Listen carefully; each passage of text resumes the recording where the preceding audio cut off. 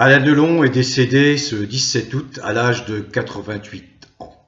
Il était l'un des plus grands acteurs français, l'un des géants du cinéma français, avec Lino Ventura, Jean Gabin, Jean-Paul Belmondo et d'autres. Alain Delon incarne l'homme, il incarne la masculinité, il incarne un comportement, celui d'un homme respectueux de ce qu'il est, respectueux de sa nature.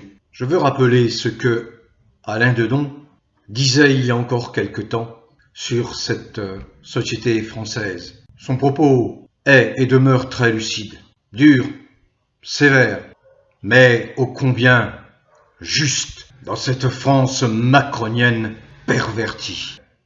Le jugement justement d'un homme, d'un vrai. Cette race d'hommes que le wokisme macronien voudrait voir disparaître de la surface de la planète.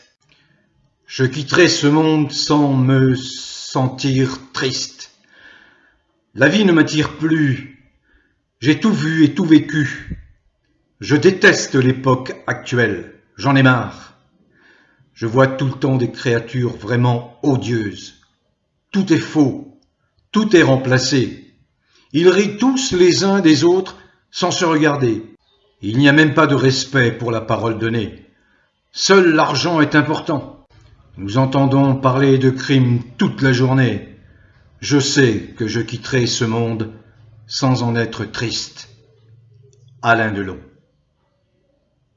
Récemment, j'ai retrouvé une vidéo de Pierre Rabhi, l'écologiste sociologue qui a disparu en 2021 et qui rappelait à sa façon, en des termes toujours simples, très accessibles, qu'un être humain ne doit jamais perdre de vue l'essentiel au cours de son existence.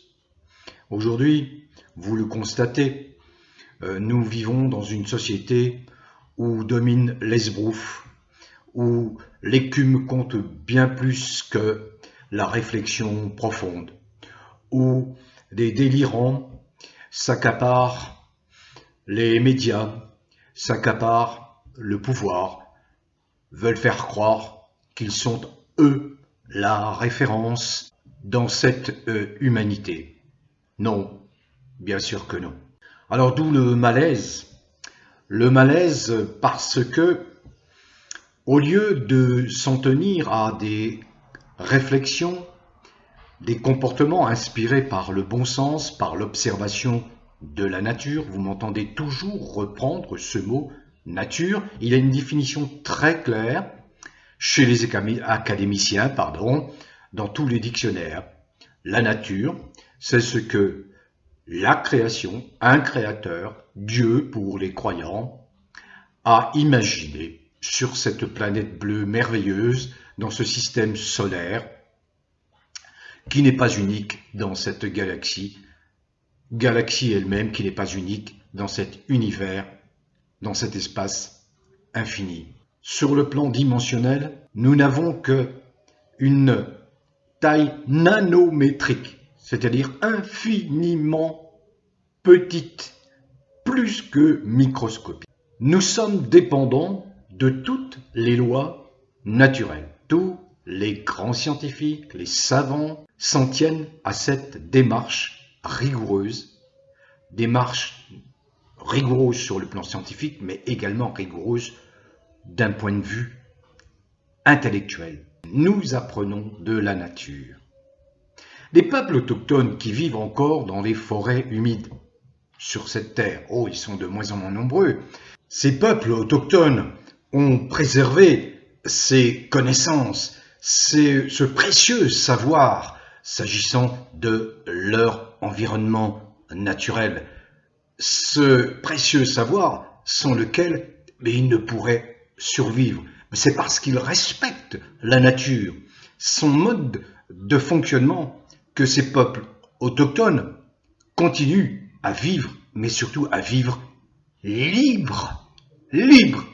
Mais malheureusement, ils sont de plus en plus menacés. Ils sont de plus en plus attaqués par cette expansion des matérialistes, des technologistes, ceux qui tendent à vouloir imposer au peuple de la planète des règles qui n'ont plus rien à voir avec la nature, des règles qu'ils établissent à partir de leurs recherches, de leurs découvertes, qu'il y a possibilité d'inventer, d'imaginer des objets, des outils qui, à terme, devront se substituer à l'être humain. Bon, c'est un leurre.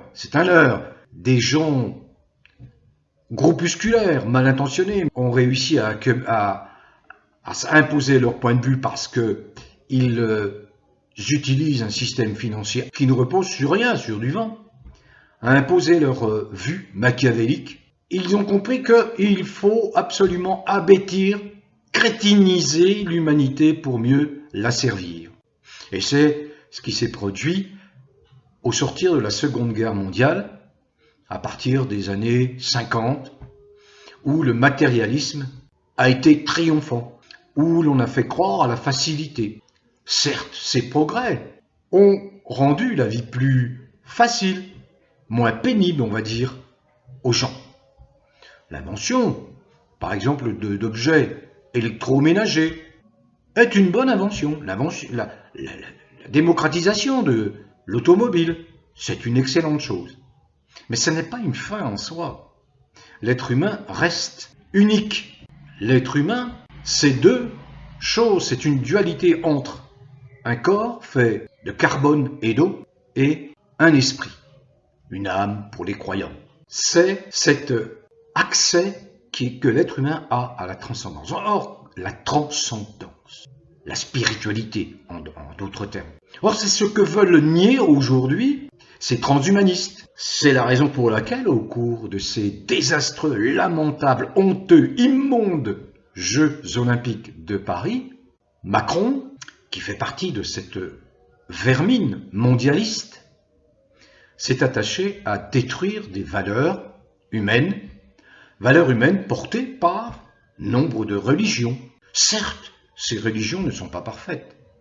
Certes, on peut leur reprocher, au cours de leur histoire, de s'être comportés de la pire façon. Regardez encore aujourd'hui ce qui se passe à Gaza. C'est monstrueux. Voilà un pays criminel, génocidaire, que personne ne veut stopper dans sa soif de détruire d'autres êtres humains dont le seul crime, entre guillemets, est de ne pas avoir les mêmes références culturelles, les mêmes croyances religieuses. Nous souffrons, et ensuite je vais laisser la parole à Pierre Rabhi, nous souffrons de l'élitisme. L'élitisme, c'est quoi? Ce sont des groupes humains qui parviennent, par la force, par l'intimidation, par la menace, on voit ce que c'est en ce moment avec Macron, à imposer des normes à la masse des gens. Masse des gens moutonisés, avachis, qui ne réagit pas. C'est ce qu'on voit aujourd'hui en France. Et il s'érige en élite, qui est la seule capable de réfléchir, de penser, d'imaginer, de produire. La masse, elle, est tenue de se bien comporter, de ne pas réagir, de ne pas gêner cette élite. Or, l'élitisme, c'est le cancer des sociétés. Le cancer. Vous donnez, sans vous en rendre compte, le pouvoir à des gens qui se sont autoproclamés parce qu'ils ont suivi tel cursus ou tel autre cursus. L'ENA, l'École nationale d'administration, c'est caricatural. À l'origine, vous avez, je ne me trompe pas, ça doit être Jean Zay, un homme qui a dû être ministre du Front populaire, qui constate que l'administration est phagocytée par cette espèce de aristocratie de fonctionnaires, mais qu'elle n'a pas toutes les compétences souhaitées pour bien faire marcher le pays, pour que l'État fonctionne de façon efficace, afin que chacun y trouve son compte, puisque nous sommes censés être en démocratie. Alors cette école nationale d'administration a bien été créée, avec à l'origine des intentions tout à fait louables.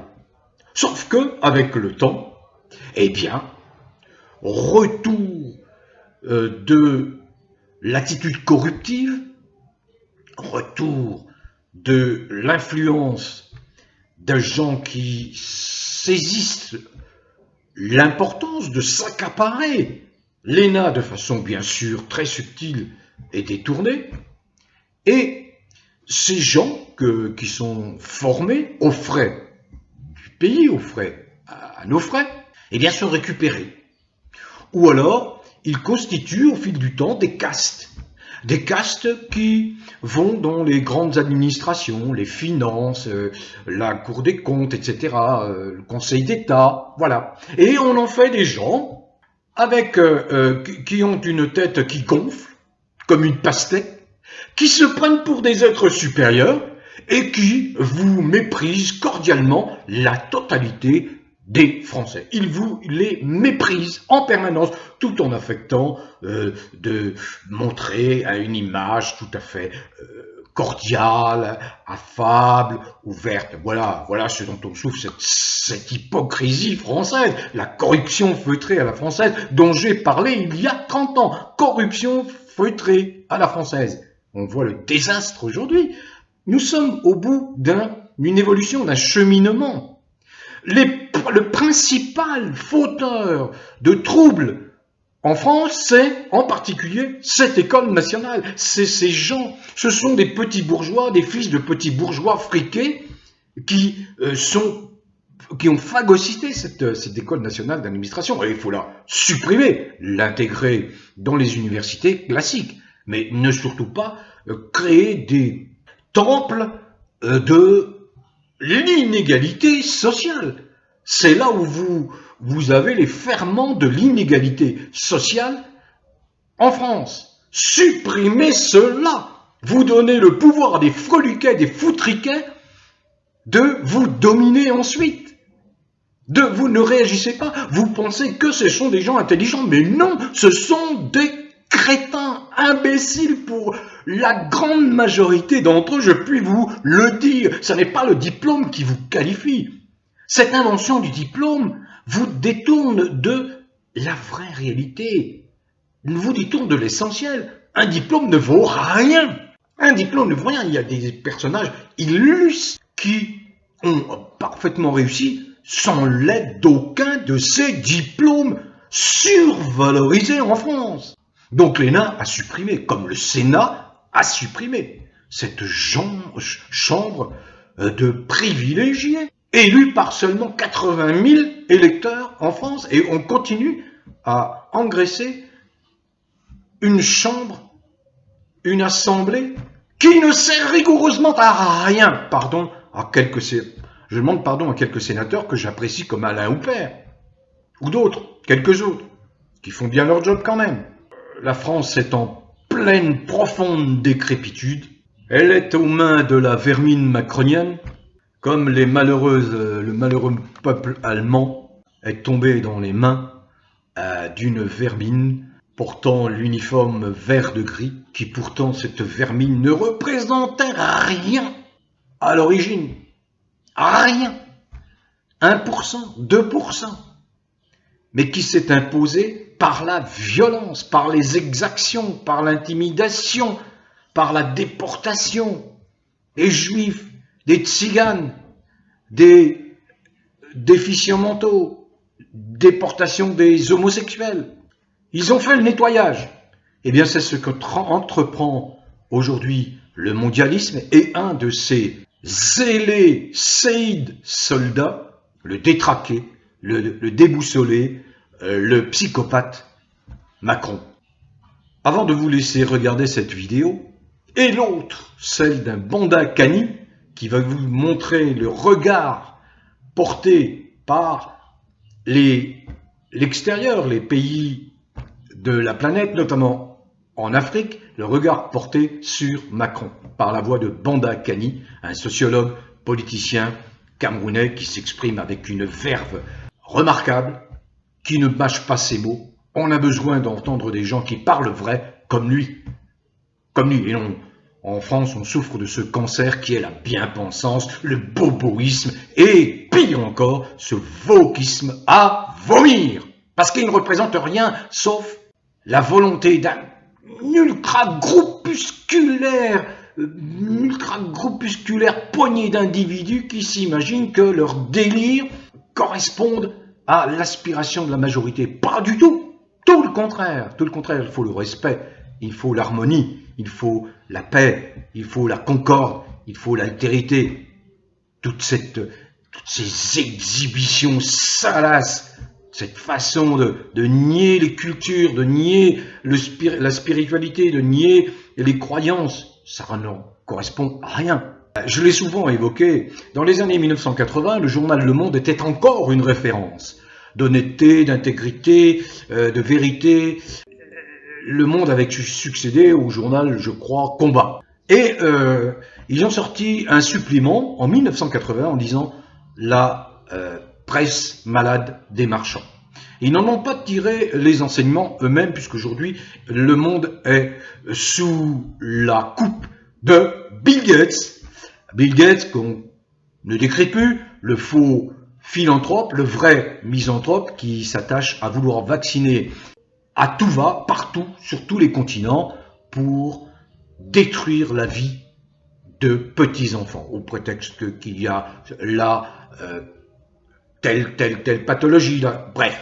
Donc tous ces médias français, rebaptisés merdias, parce que ce ne sont que des merdias, goebbelsiens, propagandistes, comme l'étaient les médias sous Hitler. Ce ne sont à 90% en France que des merdias propagandistes, au service des ultra-riches, au service de Macron qui, lui, est le pantin du mondialisme. S'il n'y avait pas eu cette emprise médiatique, ces petits merdiateux journalogues, des jeunes, des crétins, des crétines, aux égos démesurés, complètement déconnectés de la vraie vie, nous n'en serions pas là. Car la vérité aurait trouvé un chemin pour s'imposer beaucoup plus rapidement, comme ce fut le cas naguère, où il y avait effectivement des repères dans la presse, des journaux qui effectivement avaient chacun leur coloration, mais qui permettaient une expression beaucoup plus libre qu'elle n'est aujourd'hui. Quand on voit un Thierry Breton, mais c'est un malade mental ce type-là. Il est même déjugé par la Commission européenne, c'est dit.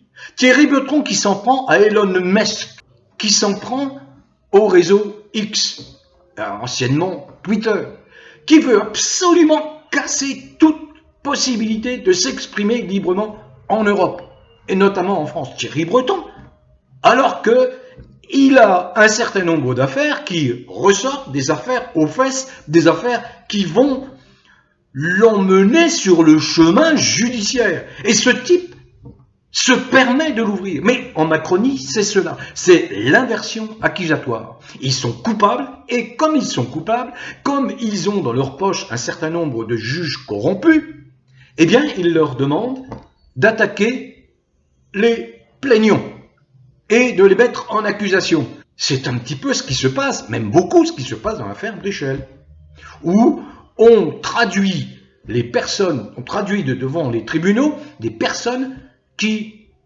ont révélé une réalité qui a des conséquences graves, car elle concerne le fonctionnement de l'État. On ne peut pas se permettre d'avoir des usurpateurs à la tête de l'État français. Encore une fois, ces mondialistes, ce sont des eugénistes. L'eugénisme, tiré de la théorie de l'évolution de Darwin, qui est très contestable. Il doutait même, Darwin, de sa théorie à la fin de sa vie. L'eugénisme, c'est la consécration de la ségrégation, de la discrimination entre les êtres humains. C'est dire qu'il y a des êtres humains qui sont supérieurs à d'autres. C'est ce que font les sionistes, en se comportant comme les nazis se sont comportés. c'est-à-dire vis-à-vis du peuple palestinien, vis-à-vis du peuple gazaoui. Je vois des images terribles encore, affreuses, odieuses. L'État d'Israël est totalement discrédité. C'était une idée dégénéreuse, après la Shoah, de considérer ce peuple qui avait tant souffert sous la botte nazie. Mais aujourd'hui, non. Non, ils se comportent comme leurs tortionnaires, comme leurs bourreaux. Est-ce que c'est acceptable? Non. Par parenthèse, je suis toujours très surpris des réactions timorées des peuples arabes de la région. L'eugénisme, c'est cela. C'était l'idéologie des nazis. L'eugénisme est l'idéologie des mondialistes. L'eugénisme est l'idéologie de Macron. Voilà. Il vous prend pour des connards, je le cite, des moins que rien. Et des gens se trouvent dans les fils de commentaires pour nous reprocher de ne pas avoir de respect dans la façon dont nous parlons de ce type-là. Mais ce type-là est un crétin. Il m'a traité de connard. Président soi-disant de la République française, il nous traite de connards, de moins que rien. J'en passe et des meilleurs, des noms d'oiseaux. Est-ce qu'on lui a demandé à ce Macron de nous insulter copieusement tous les jours, de nous mépriser, avec son arrogance, de détraquer? Non, non, nous avons besoin de respect. Voilà, l'eugénisme c'est ça. Donc la France est en pleine décrépitude. Vous avez des promoteurs de la luxure qui sont là, qui continuent à vociférer, à irrupter sur les chaînes médiatiques immondes et infâmes. Donc voilà, je vous laisse. Cette vidéo est un petit peu longue, mais je veux que vous découvriez l'intervention de Bandakani. Il s'embarrasse pas de formules pour décrire ce qu'il voit. Souvent, je vous ai expliqué. Ça suffit la bien-pensance, ça suffit le bon comportement. Quand il faut piquer une colère, je la pique. Parce que c'est nécessaire, parce que on a une bande de décérébrés qu'on ne peut pas bouger sans les bousculer. Et je bouscule par le mot, par le verbe. Donc Bandakani dit exactement ce qu'est Macron, comment il est perçu dans le monde. Et puis, bien sûr, cette vidéo de Pierre Rabhi qui nous redirige vers l'essentiel. Un peu d'humilité. Il faut retourner au bon sens. Qu'est-ce que la vie? Qu'est-ce que la vie, au fond? Et ne pas n'accepter aucune forme d'esclavage. Alors, Monsieur Macron, il n'y a aucune raison d'imposer de quelconque restriction, d'imposer des obligations sanitaires. Tous les textes importants internationaux rappellent cette liberté fondamentale. Chacun est libre. Chacun est libre. Libre, libre de son corps. Libre de se soigner comme il l'entend. Libre de refuser les injonctions des décisions criminelles. De toute façon, je vous l'explique, toutes les lois macroniennes infâmes devront être abrogées. La destitution, la destitution, la destitution, la destitution. Mettez-vous ça dans le crâne. Les lamentables parlementaires français, honteux, scandaleux. Avec l'argent que vous touchez chaque mois, vous n'êtes même pas capable d'évacuer un imposteur, un groupe de factieux, la vermine macronienne. Bon vent à tous. Mon ton est encore fort et sévère, mais c'est nécessaire en ces temps de décrépitude pour retrouver un peu le chemin de la lumière. Bon visionnage de Bandakani et de Pierre Rabhi.